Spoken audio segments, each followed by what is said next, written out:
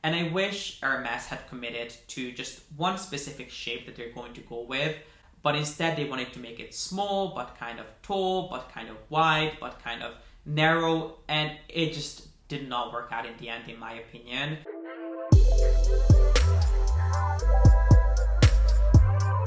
Hi guys, my name is G.P.S. and welcome back to my channel. If you've been watching my videos for a while, I'm sure you're not going to be surprised to hear that I absolutely love Hermes. I just have such a deep admiration and appreciation for their values, their products, their approach to design, and even aesthetic.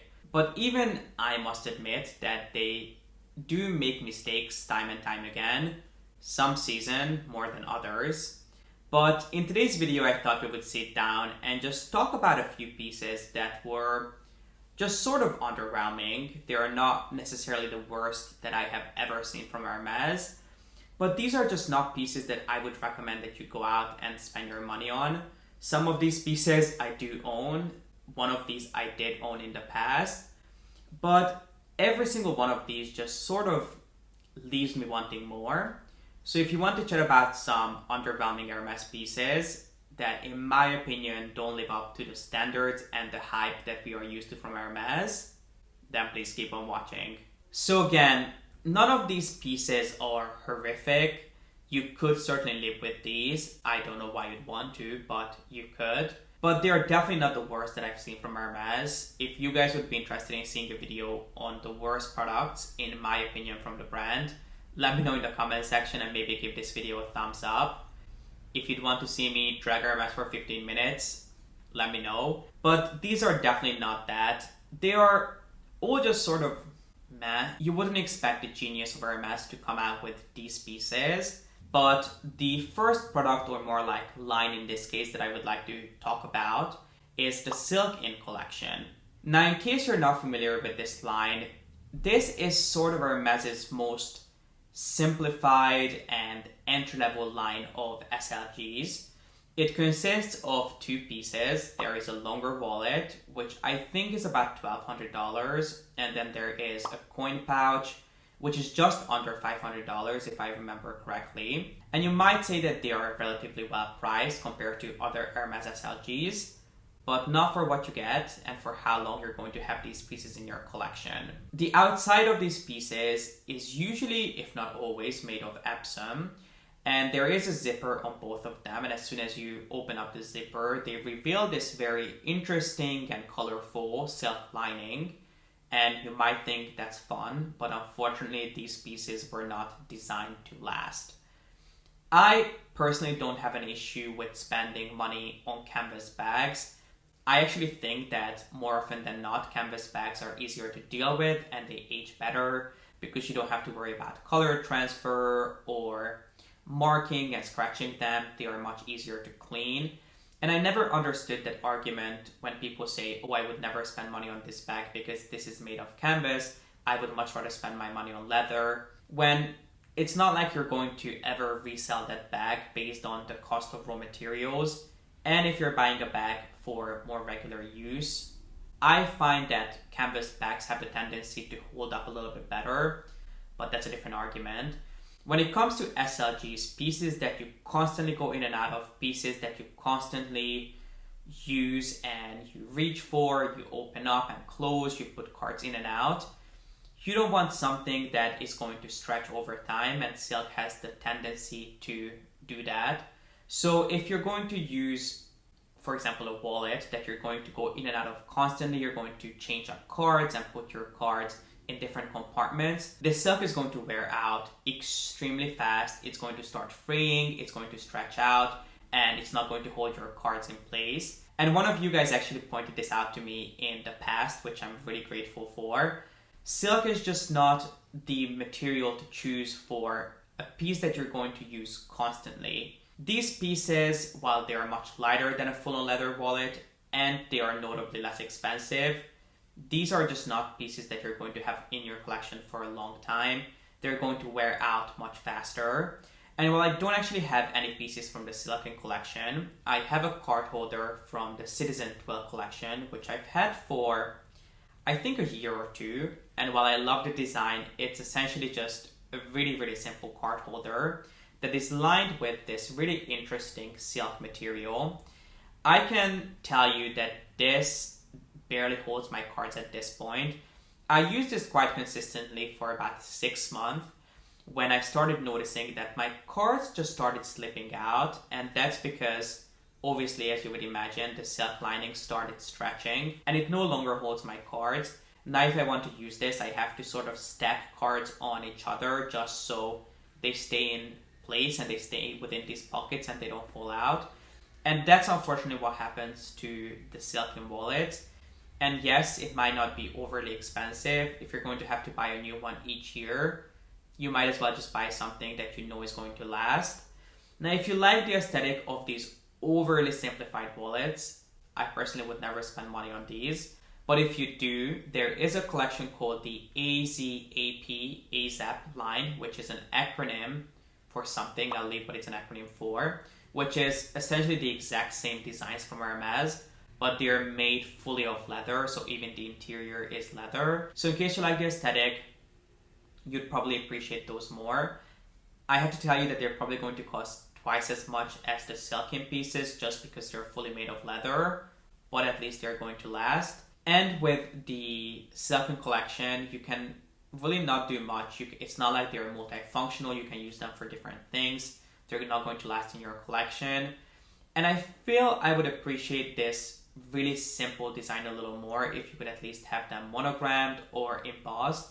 But you cannot even do that with these because of the silk lining.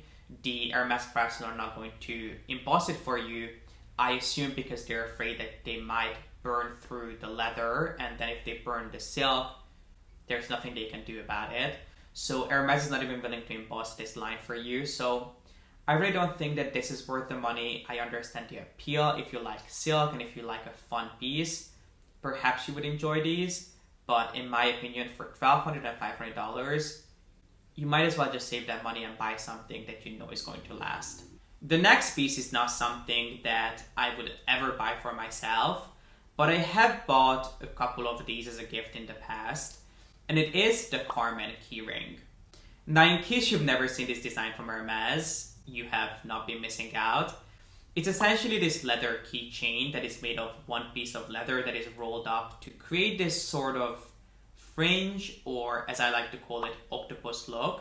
I think if you saw someone walking down the street with this, you wouldn't think that they spent $300 on this at Hermes.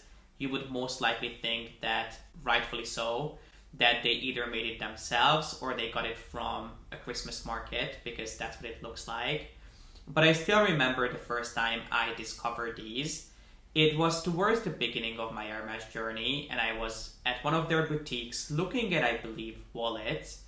And there was another customer waiting right next to me, and his essay came out from the stockroom with 15 of these little boxes, and they immediately went over to the counter to pay for it.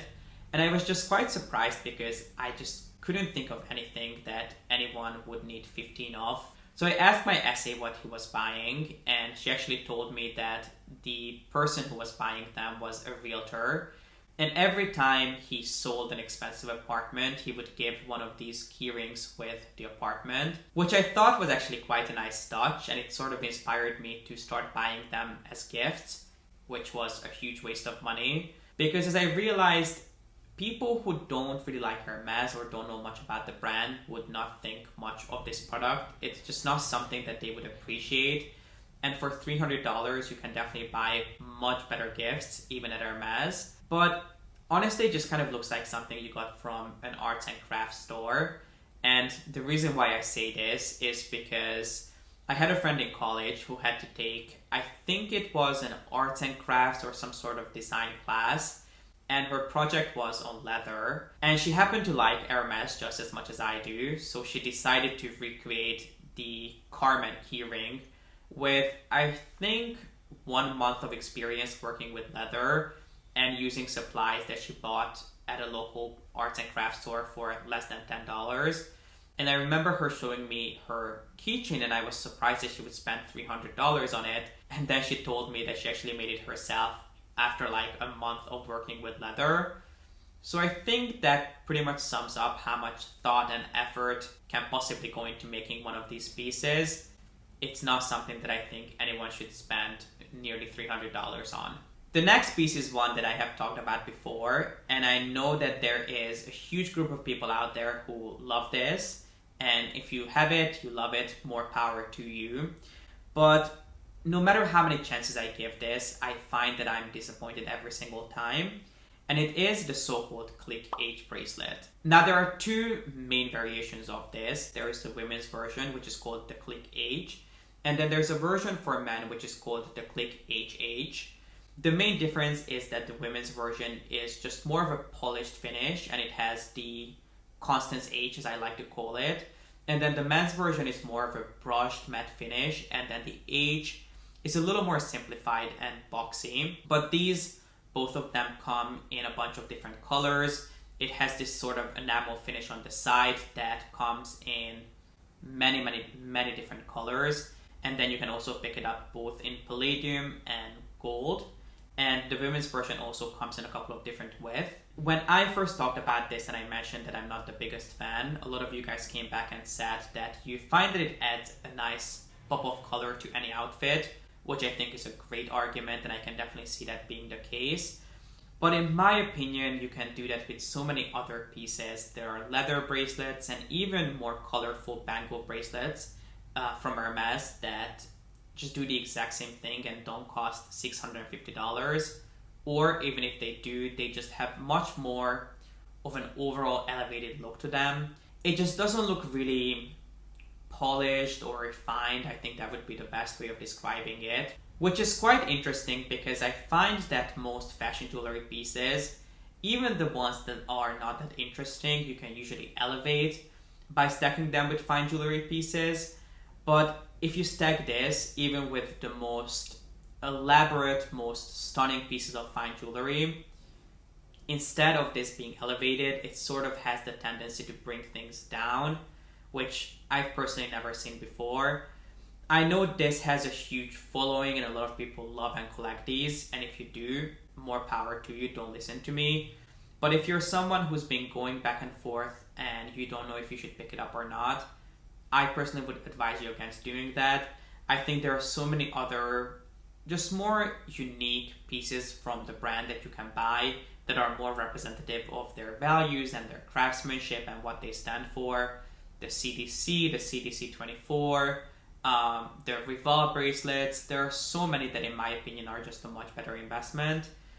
I think for the price, which this is about $650, the quality is not there, the design is not there, the aesthetic is not something I can get on board with. So this has to be one of the most underwhelming pieces that I have personally ever picked up from Hermes. There are two bags that I wanted to touch on in today's video, and one of them is actually a piece that I owned, but I could never quite get on board with it. I could probably count on two hands how many times I wore it.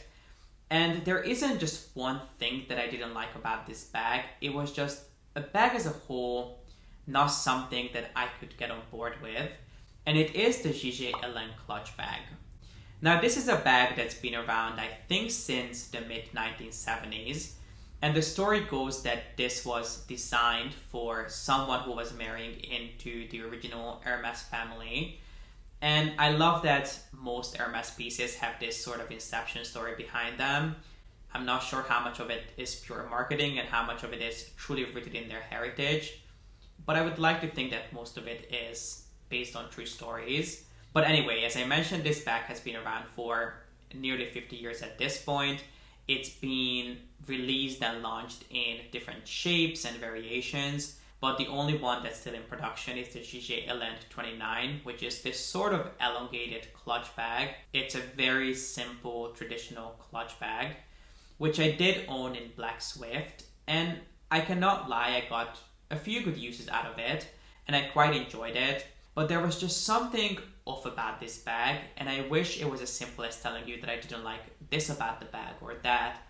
But as a bag a whole, just didn't work for me. And I know I'm not alone in saying this, because the last time I talked about this bag, one of you guys also mentioned that there's always been something that stopped you from liking this bag. I have a feeling that I'm missing just some sort of hardware from the bag, as it's usually made of just one single color leather. There are pieces that are in exotic skin, and there are also so-called touch versions, which means that the H tab and then the closure is made of a different exotic skin, whereas the body of the bag is made of just regular leather. Even those pieces, I'm just missing something. I cannot tell you that I don't like them because they are too elongated or because it's too thin. Yes, I'm not the biggest fan of those details about this bag, but at the same time, I could still use it regardless of those aspects. There's just something with the overall design that I'm just not the biggest fan of, and I would love to know what you guys think about this bag. There really isn't one thing that I don't like about it. If I saw someone carrying it, I wouldn't be like, oh wow, what an ugly bag. But for $4,000, the bag as a whole just doesn't make too much sense to me. There is something that's stopping me from falling in love with it, and I cannot quite tell what it is. And last but not least, let's talk about a bag that's been extremely popular, I think pretty much all year this year, ever since it relaunched late last year, and it is the so-called Cali Dance.